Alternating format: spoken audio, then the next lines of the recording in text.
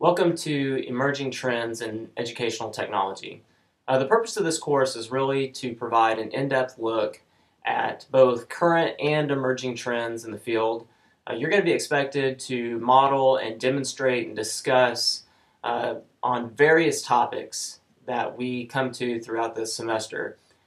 These discussions will take place both in a synchronous and asynchronous format, using discussion boards as well as video chat rooms and such. As you go throughout this course, I would like for you to be thinking about a few essential questions. And you can find these listed on the syllabus, but I want to discuss them really quickly. The purpose of these questions, they're supposed to be open-ended questions that don't really have a very definitive answer that you should be able to ask yourself throughout the entire course. We'll keep returning to these as we discuss various topics, but let me share those with you very quickly. First of all, how is technology transforming education currently? What things are taking place? What trends do you see on the rise? How could technology transform education in the future? Given unlimited resources, where do you see this going? What is possible? And how will educational institutions need to adapt to technology outside of the educational arena? What is taking place in the main culture that we need to adapt to, and we need to prepare ourselves for coming into the educational arena?